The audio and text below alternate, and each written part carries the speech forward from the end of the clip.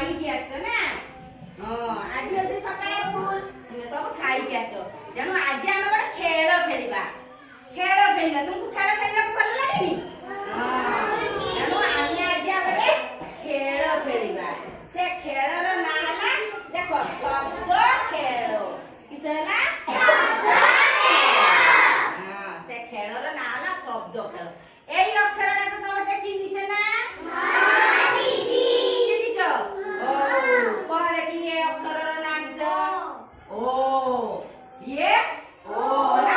ଏଟା ଗୋଟେ ଅକ୍ଷର। এইটাକୁ ନେଇକି ଆମେ ଶବ୍ଦ ଗଢ଼ିବା। କିସ କରିବା? ଏଇ ଅକ୍ଷରକୁ ନେଇ ପ୍ରଥମ ଧ୍ୱନି ଓ ରହିବ। ପ୍ରଥମ ଅକ୍ଷର ତାର ଓ ଥିବ। କିସ ଥିବ?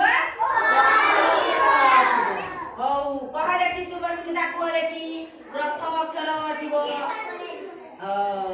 ନେଇନା କୁହ ଦେଖି ଅସରପା। ଦେବିକା କୁହ ଦେଖି ଅଗଣା। ହଉ ଓମ ପ୍ରକାଶ କୁହ ଦେଖି ଅଗ। ତୁମେ କୁହ ଦେଖି ଅଟା। ଦେଖ ଆମେ କେତେ ପ୍ରକାରର ଶବ୍ଦ ଜାଣିଲେ ନା? କେତେ ନୂଆ ନୂଆ ଶବ୍ଦ ଜାଣିଲେ। ତାହେଲେ ଏଇଟା କେମିତି ଥିଲା? ପ୍ରଥମ ଥିଲା। ୟାର ପ୍ରଥମ ଧ୍ୱନି ଓ ଥିଲା। ତାପରେ ଥିବ ମଝିରେ ରଖିବା ୟାକୁ।